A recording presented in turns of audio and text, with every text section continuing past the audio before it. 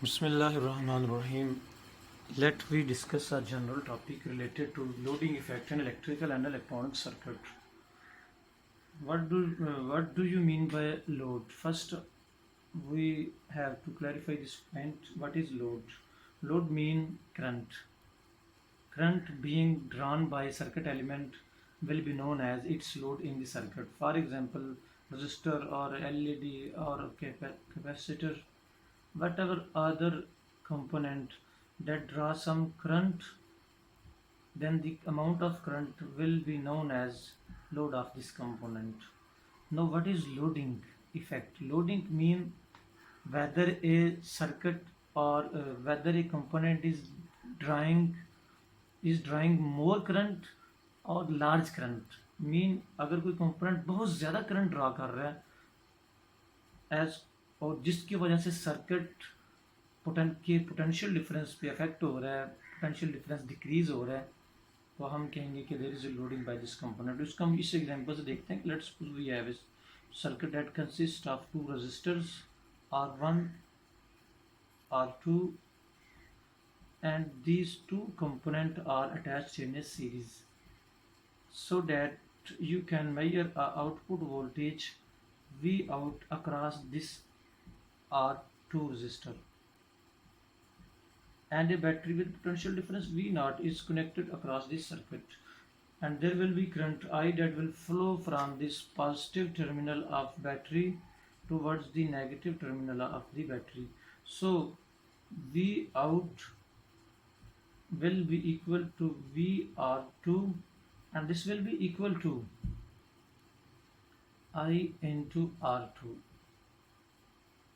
Total current into resistance, because इस side पे कोई करंट नहीं है, यहाँ पे करंट कोई नहीं, और आपके पास जो आउटपुट वोल्टेज है वो VR2 के इक्वल है। Next, what happens to this voltage if we connect a load across this resistor component. आपके पास दोबारा वही सर्किट, उसी सर्किट में आपने उसी तरह से कंपोनेंट को अटैच किया हुआ है। अब आप यहाँ पे आउटपुट वोल्टेज मेजर करने के लिए एक लोड रेजिस्टर लगा देते हैं। जब आप ये लोड रेजिस्टर लगा देंगे तो आपके पास अगर तो ये आउटपुट वोल्टेज कम हो गया V आउट, अब अगर ये output voltage that was equal to VR2 अगर इसकी वैल्यू कम हो गई तो अब हम it means the component RL is affecting the circuit or is loading the circuit। तो मीन अब दोबारा से इसको देखते हैं कि करंट फ्लो करेगा यहाँ तक I current, after reaching this point there will be current I2 through R2 and there will be some current IL, that this current has decreased the value of current through R2, because when there was no load, total current that was producing was moving through R2. Now the current that is being generated in the circuit is dividing into two parts, I2 and IL। अगर IL की value zero होगी तो total current R2 में से पास करेगा और R2 का potential वही IR2 के इक्वल होगा। बट अभी जो इसका पोटेंशियल डिफरेंस है इस सर्किट का after the insertion of the load, that is equal to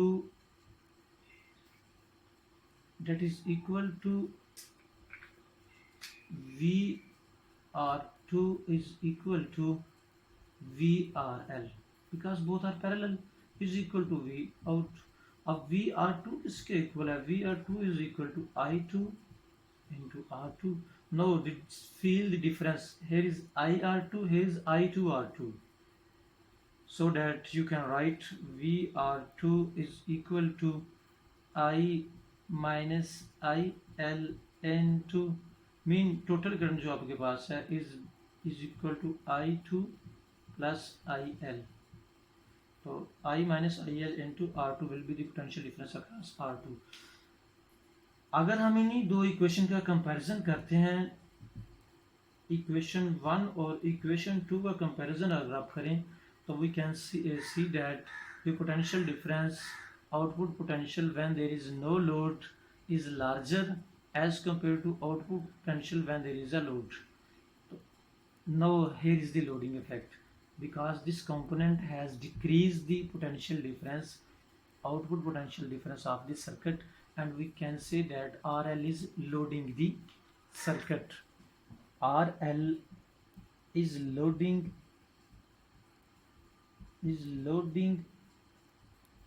the circuit. इसलिए because RL has decreased the potential difference. Now our next question, how you can decrease this potential loading effect. हमारा जो अगला question है कि आप loading effect को कम कैसे कर सकते हैं. Our next question is that how loading effect can be decreased. तो लोडिंग को आप कैसे कम कर सकते हैं, ये हमारा क्वेश्चन है. डेफिनेटली लोडिंग को कम अगर करना है तो आपने इन दोनों करंट के दरमियान जो डिफरेंस है या R2 करंट को आपने मेंटेन रखना है. बिकॉज आउटपुट वोल्टेज उसी वक्त कम हो रहा है जब I2 की वैल्यू डिक्रीज हो गई है. I2 was equal to I, तो no I2 is equal to I minus IL. It means we can decrease loading by decreasing IL. और अगर आप if you want to completely vanish this loading effect, you have to put IL is equal to 0. It means RL approaches to infinity. अगर RL को आप infinite कर देंगे it means there is no load resistor. So for a general purpose you have to do some compromise between these two things. Mean you cannot put IL is equal to 0, you cannot put IL is equal to 0, and you cannot put RL is equal to infinity in general. तो आपके पास फिर next option क्या है. Next option ये है कि आप इसी क्वेश्चन को दोबारा डिस्कस करें.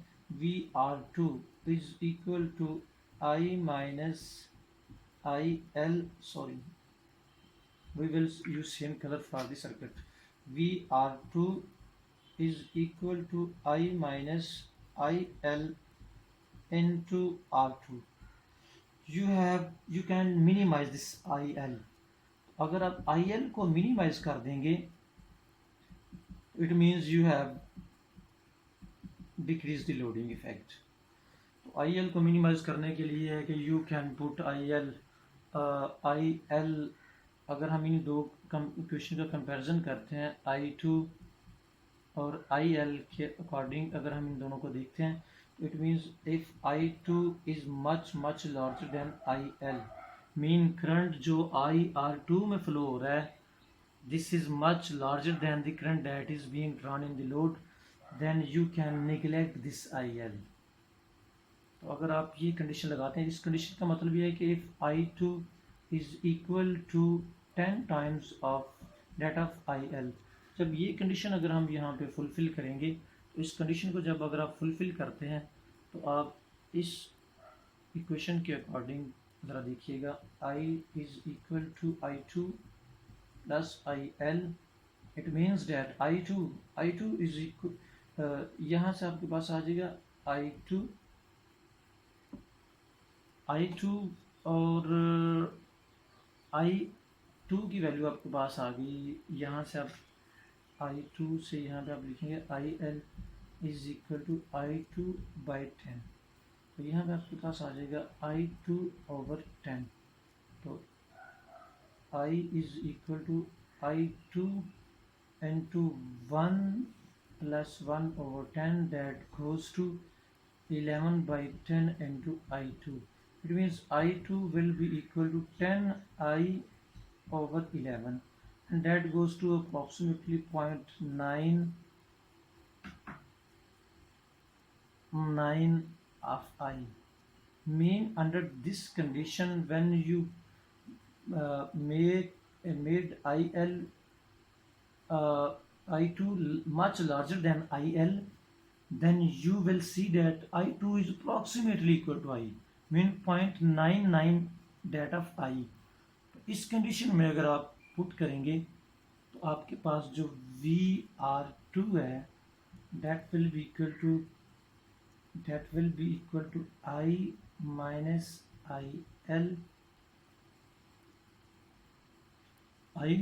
IL into R2, I minus I, और IL किसके इक्वल है? I2/10।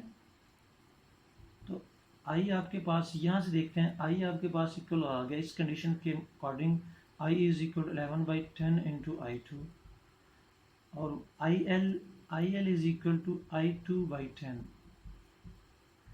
तो अब R2 को यहाँ पे पुट करेंगे तो आपके पास आ जाएगा I2/10 into 11 minus 1 R2, and this will be equal to I2 R2।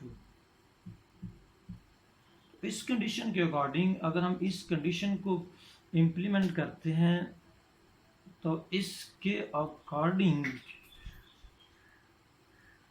when I2 is much larger than IL, mean at least 10 times that of IL, यहाँ पे R2 में जो करंट फ्लो हो रहा है, this current is much larger than the current that is flowing into IL।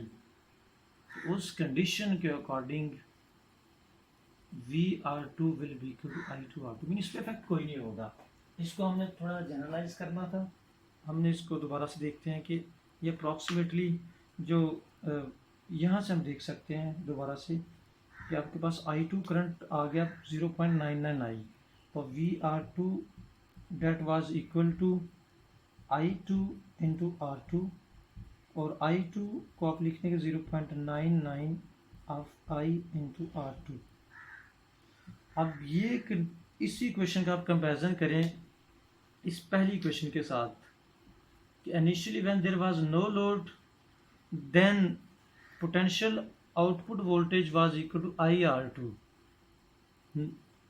and after you put a load in the circuit and apply this condition, which means that I2 must be much larger than IL, you have VR2 is equal to 0.99 I into R2, mean there is a difference of only 0.1 between these two equations।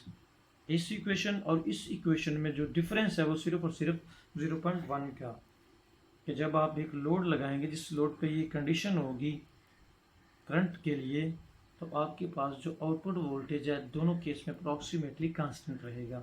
यहाँ पे अगर voltage की value I into R2 है तो यहाँ पे होगी 0.99 I into R2।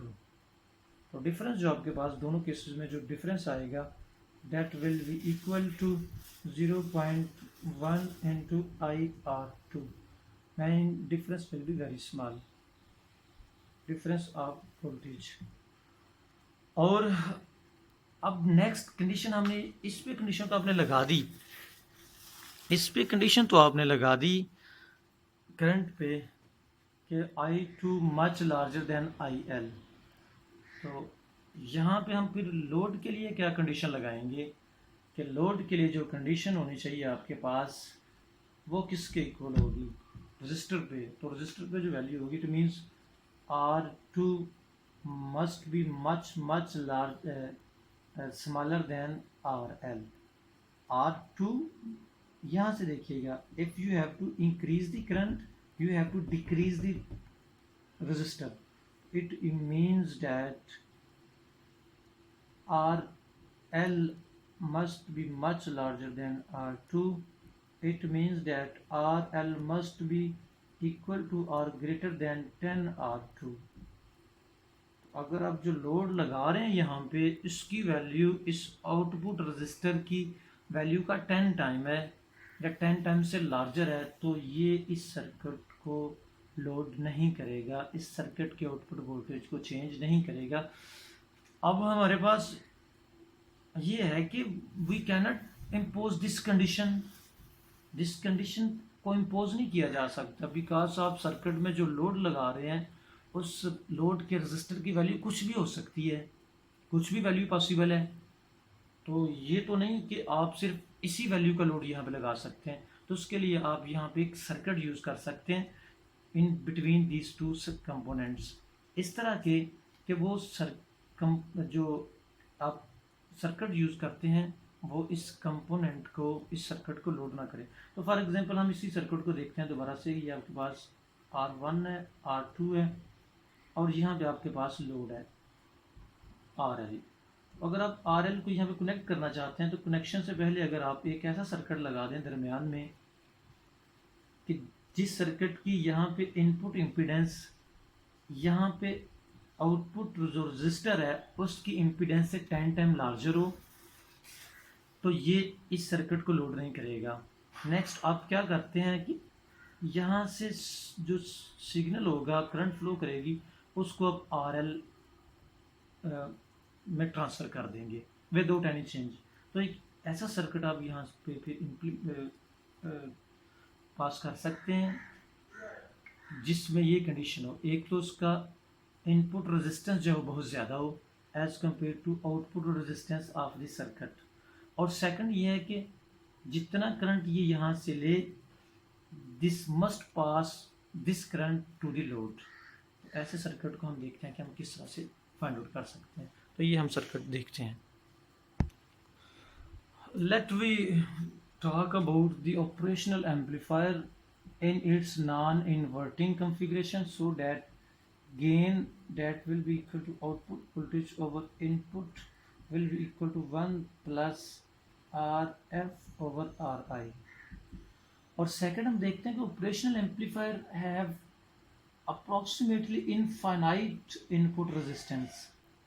Mean अगर आप ऑपरेशनल एम्पलीफायर को इस सर्किट में यहाँ पे पुट करेंगे, then operational amplifier will provide a loading resistance that will approximately equal to infinity, so it will not load the circuit. Next it will take the circuit signal and amplify this signal to the output।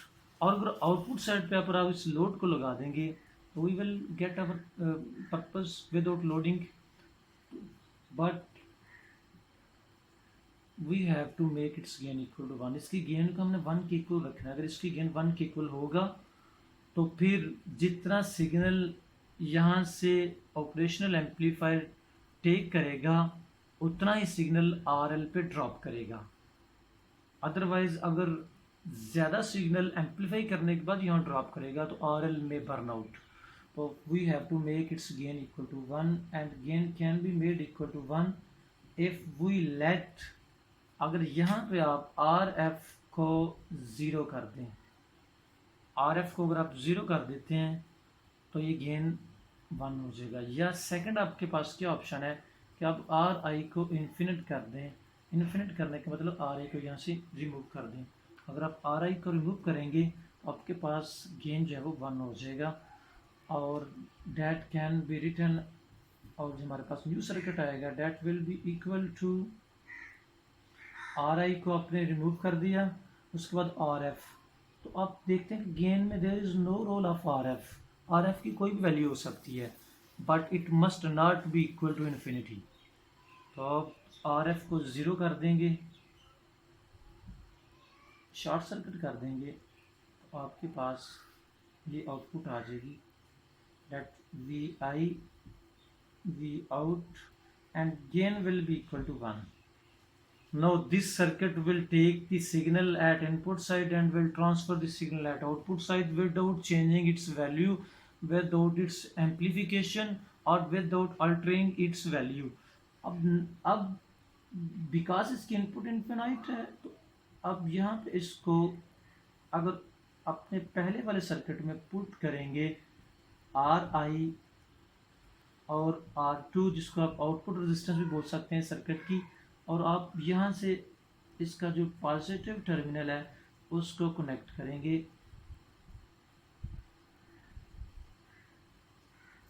Positive terminal के साथ, so that gain will be equal to 1। और यहाँ पे आपके पास ही आ जाएगा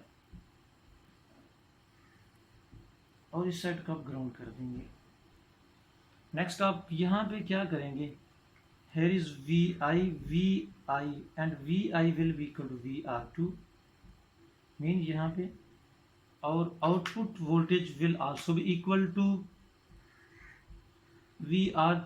VI mean single gain unity gain के लिए, और V I is equal to V R two, और वी आर टू मीन अब आर एल आपने यहाँ पे एक ज्वाइन कर दिया, तो V R L will be equal to V out, and V out is equal to VI, V is equal to VR2. Mean you have transferred this potential difference, output potential difference, from output of the circuit to the load without loading effect, because यहाँ पे infinite resistance होने की वजह से यहाँ पे इस तरफ approximately zero current flow करेगा, और zero current mean you have achieved the loading.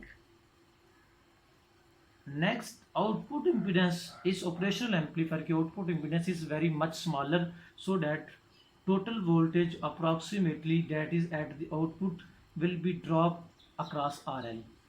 You have achieved your goal by using a circuit with gain equal to 1, and we call this circuit a buffer.